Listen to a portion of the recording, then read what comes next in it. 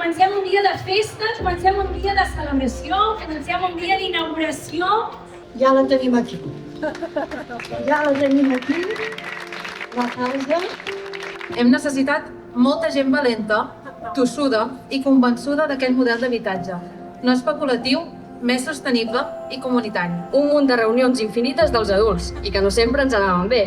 Hem estat picant pedra, mai millor dit.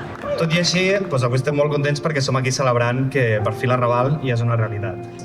No només fem cooperatives, sinó que fem cooperativistes. I la Raval és avui la prova més gran d'això. Com a fundació que el que vol és promoure l'habitatge cooperatiu, tal com s'ha dit, autogestionat i transformador. Podem dir que ha sigut un camí llarg per la Raval. Ha sigut molt fàcil el treballar juntament amb l'equip d'administració, ja sigui de la dinàmica o de la cooperativa.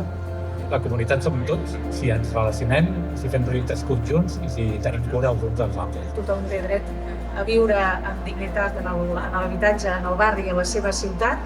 És un dia important, ho és per la Raval, ho és per les 18 famílies que d'aquí molt poques setmanes ompliran de vida aquest edifici, però també és un dia important per tota la ciutat.